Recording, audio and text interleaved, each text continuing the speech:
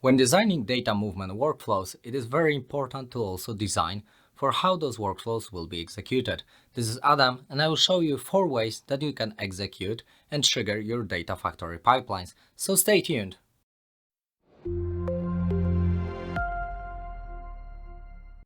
Azure Data Factory can be triggered through multiple ways. Currently, there are 4 ways that you can trigger Data Factory from. There are 2 time-based triggers, which is schedule and a tumbling window. There's a way for you to trigger pipelines through events or trigger them manually. The first type of trigger is schedule trigger. This is a trigger where you associate a pipeline with a date and recurrence to trigger it every time this happens. Important thing is that this is a many-to-many relationship, so many triggers can kick off a single pipeline, or a single trigger can kick off multiple pipelines. In case you were wondering how this works, it's just a simple interval-based trigger, so you say happen every 1 day, every 1 week, every 1 month, or maybe an hour. And of course they can overlap, so be careful about this. When specifying a specific dates, you can also specify specific hours and minutes to make sure the bigger granularity for your pipeline execution.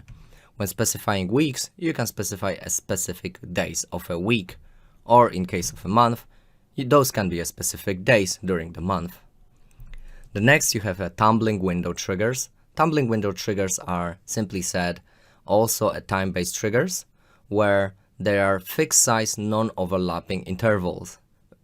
So you can say, trigger my pipeline every 15 minutes. And the non-overlapping part basically means that you can specify how many of those triggers can run concurrently. The distinction here is that this is a one-to-one relationship. So if you want to use it for your pipelines, you need to create a tumbling window trigger for each pipeline that you want to use this functionality. And the difference here is, in case of the example that I already gave, if your interval is 1 hour and your MAC concurrency is 2 or more, they can overlap when the execution happens. Because during the first hour, there was only 2 concurrent runs happening. But if you set MAC concurrency to 1, the second pipeline will need to wait until the first one finishes. So make sure to adjust this property very well so you don't get infinite loop of execution. The third one is event-based trigger. Data Factory is very well integrated with a blob storage, and it does that integration through something called Azure Event Grid. If you don't know what Event Grid is, check my video on the Event Grid introduction, but very quickly said, it's just a service to trigger and route events. And this integration allows for you to trigger pipelines whenever there are new files arriving or being deleted on Azure storage account, specifically blob storage. This works in a way that when the file is being put on a blob storage, there's an event that being triggered to the event grid. Event grid propagates this as a subscription to a data factory, and data factory executes a pipeline based on this event information. Note that this is only information about the event itself, so the file name and file path, but the content, of course, you have to get yourself. You're not getting content of the file as an input to your pipeline. You actually have to use the event information to get the file yourself. And then you can do that through using expression. You will get 2 properties from your trigger body, a file name and a folder path that you can use within the pipeline to get the file. And lastly, you have a manual trigger. Within manual trigger, you can either use user interface, but underneath this is just a REST API. So you can use something like Logic App. Within Logic App, it's as simple as using a single block and supplying a couple of properties. So what do I have for you today? There are 4 demos that we're gonna do: a schedule-based execution, tumbling window-based, event-based, and a manual execution through Logic App. So let's go to the portal. In the portal, as always, let's start from creating services. I will need a storage account so that I can store some files. I'm gonna select my resource group, provide a name that's gonna be ADF trigger demo, and everything as default. Hit create, and we're done. Second of all, we're gonna need a data factory. So I'm gonna also hit create, give it the same name and use the same resource group and select North Europe and hit create. And that's it. Let's wait a couple of minutes. About 10 seconds later, we got both of our resources, so we can start creating. What I will need is 2 containers on my storage account, one for input and one for the output. Input is where I will have my input files that pipelines will trigger on, and output is where I will put the copy of the file as a very simple pipeline. So we're just gonna copy a file from input to output using Data Factory. So let me input one file and upload something. So I'm gonna upload a demo CSV file, hit upload, and that should be fine. So what we need to do is go to Data Factory, go to Author and Monitor, and create a very simple pipeline. So I'm gonna create a pipeline. First of all, as always, create a link service. That's gonna be a blob storage link service. Leave everything as default. I'm just gonna select subscription, ADF demo, hit create. So connection is established and we need 2 datasets. So a blob storage dataset, CSV based, and that's gonna be called input.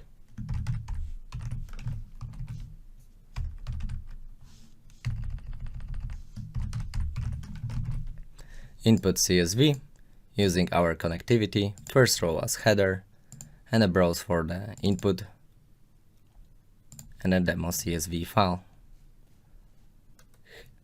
I don't need a schema, so I'm gonna leave this as none. And I need second dataset called output.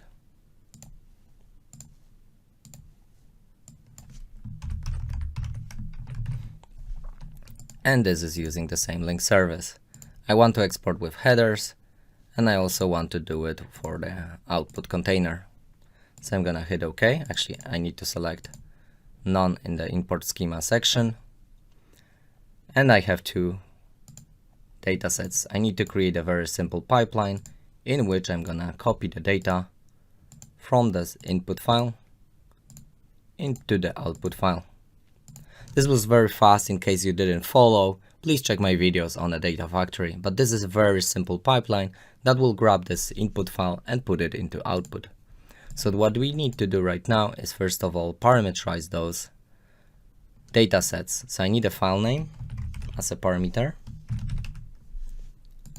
which I'm gonna use in a connection here. So instead of demo CSV, I will allow this to be parameterized. And the same for the output file. I want to parameterize the output file name, so I also will create a parameter called file name and use that file name here as a dynamic property. So now within our copy data, we can specify demo CSV, and as an output, that was an output that's going to be also called demo CSV, and input also called demo CSV. If everything works, we can publish everything, and in the meanwhile we can also hit debug to see if this pipeline is working. Right now what it should do is should pick up demo CSV file from our input container and put the same file into output container. And it worked. After 4 seconds it finished. We can confirm our demo worked by going to our resource group, storage account, and a blob, and the output. So it works. So since we have a very simple pipeline, we can start working on triggers. One of the important things about triggers is that they need to work on already published pipelines. Therefore, I needed a very small pipeline, which took me 3 minutes to create. So let's use that pipeline to create triggers. First one is a time-based trigger, a schedule-based trigger. To create new trigger, you hit on add trigger, hit new.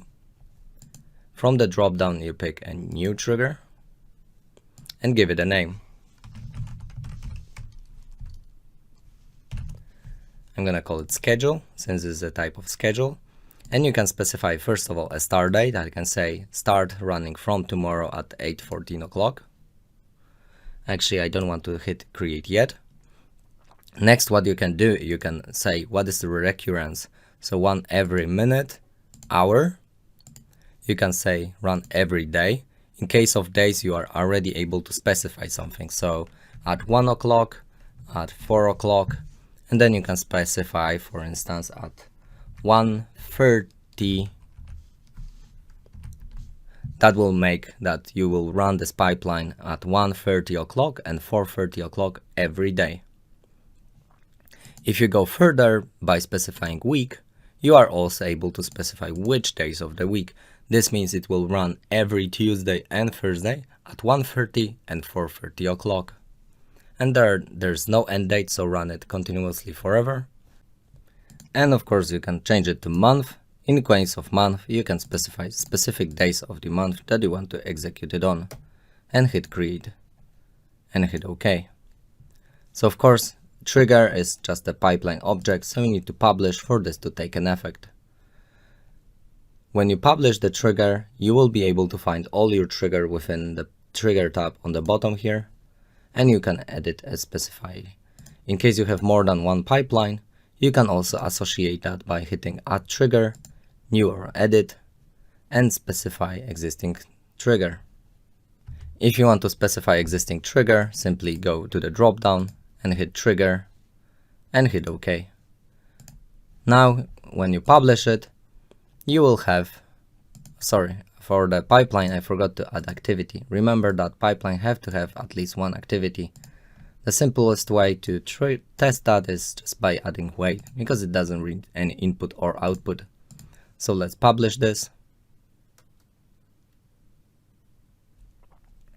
And after publishing, if you go to the triggers tab, you see that the schedule that you created is associated with two pipelines, and you can check which pipelines those are. So that was the most basic schedule trigger. So let's create a new one. This time we're gonna create a new trigger, a tumbling based trigger. Tumbling based, let me change that name. Tumbling based triggers are a bit more complex, because while they're very simple because you just specify run this pipeline every 15 minutes, they have a bit more advanced options. As I said, you can find them in Advanced tab. So while this basic configuration is very simple, those advanced features allow you to specify some cool stuff like a delay. So run it every 15 minutes with some sort of delay.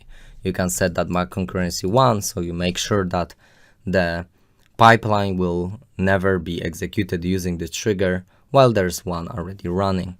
You can specify retry policy and retry interval here. And that's not the topic for today, but there's a way for you to create a dependency between tumbling based triggers. So it's a very cool way to actually create a chain of triggers that base on each other. So without advanced options, you just specify run it every 15 minutes, and that's it. So let's move to the third example of triggering your pipelines using events. So to do that, I will actually go to our triggers and delete the existing triggers, so I have a bit more clean canvas to do that. And I will go back to the pipeline. Since we're gonna be triggering on events, that means our file name will come as a parameter. So we need to change our pipeline to accept parameters. So I'm gonna hit new, hit create pipeline name, and that's gonna be a parameter called file name. I need to bubble down that parameter into the source. So instead of giving a static value of demo CSV, I'm using a pipeline parameter called file name. And I'm gonna do the same for our output, add a dynamic content, and use the pipeline parameter file name. That means our pipeline, if I would try to trigger this now, right? And actually I need to publish that first.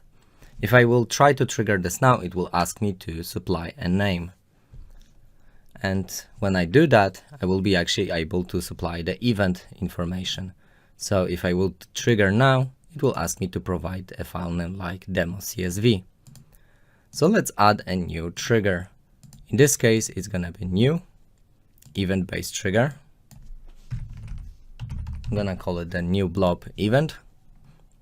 You need to specify a storage account, since we already said that this works with event grid, and event grid is attached to the storage account. You need to specify the storage account and a container name. You can do some filtering here in case you want. You can use a blob path begins with to do a triggering based on a subset of folders, or you can do blob path ends with to also filter only part of the files. Like for instance, if you're processing a CSV file, you can use this to do a filtering only for CSV files. I'm gonna be triggering for the new files only since I'm trying to copy the files. So that's gonna be a blob created event, and I'm gonna hit continue.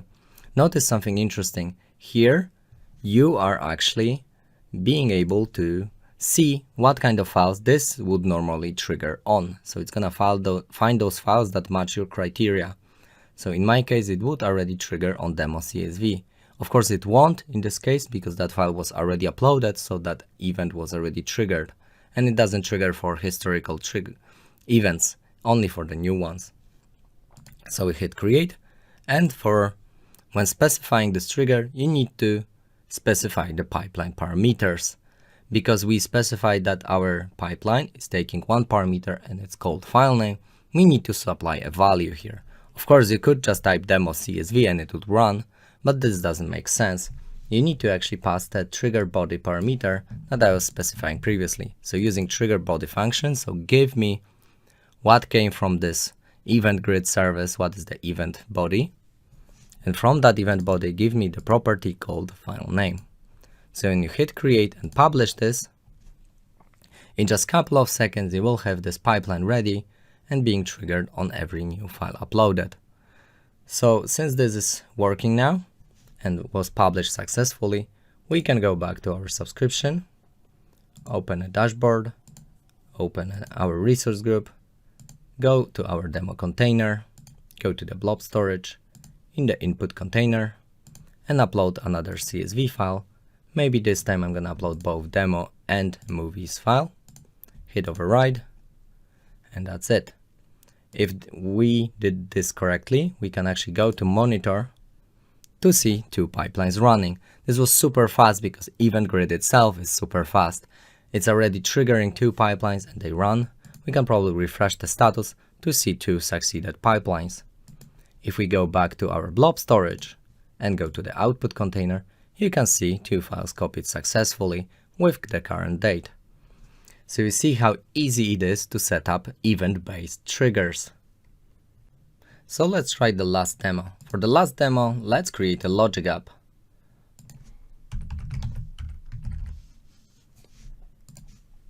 And for that logic app, we're gonna be, for instance, submitting some sort of file. Maybe that's gonna be always demo CSV. I'm gonna use existing resource group and leave North Europe as default. I will use this logic app just to show you how to execute the data factory from logic app, because it's super simple, but it allows you to do that complex logic that you would not be able to do within the data factory. So I'm gonna start from the blank logic app, use a request trigger. In case you don't know how logic apps work, feel free to check my video on the logic app introduction. But for now, this will be just fired once by me manually, but of course you can change this, for instance, delete this trigger, and you can maybe use schedule. So as you see, you can extend it through even sliding windows or recurrence. So maybe every 3 minutes, go to Azure Data Factory and create a pipeline run. When you do that, you need to sign in. I will sign in using my account. But of course, you can sign in using Service Principal. Service Principal is simply said an application account that you can use instead of your personal one. And of course, that should be a recommended way to do that. So you choose the subscription where your data factory is, then the resource group, name of your data factory, and lastly, a name of the pipeline. We have two pipelines. I will execute the pipeline one since the second one is empty. And remember, I could probably just save it and run it, but this would fail. So what you need to do is you need to specify a parameter and you need to pass a parameter name. So our pipeline is taking one parameter. It's called file name.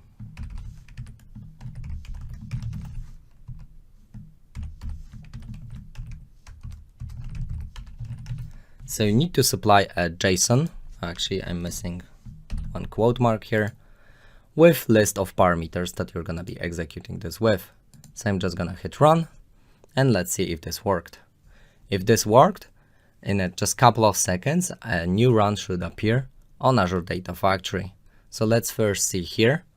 This was submitted successfully. We got a response with a run ID from Azure Data Factory. And if we go to the Data Factory and refresh, we see our run successfully submitted. It was actually submitted twice. I probably clicked something twice, but it doesn't matter. We were able very easily to submit run from the logic app itself. With this, you can actually create much more complex logic or react to many more events that you would be able to do that from Data Factory. So logic apps are a very nice extension to the Data Factory. And this is not only scenario, we very often do that at our company because logic apps are much more powerful, complex business logic workflows than Data Factory. And we just use Data Factory to copy and transform data. As you see, there are many ways to trigger Data Factory workflows. It is up to you to design how your business logic will look like and how to trigger the workflows to fit your business needs the best way. That's it for today. This was Adam. If you liked the video, hit thumbs up, leave a comment and subscribe if you want to see more, and see you next time.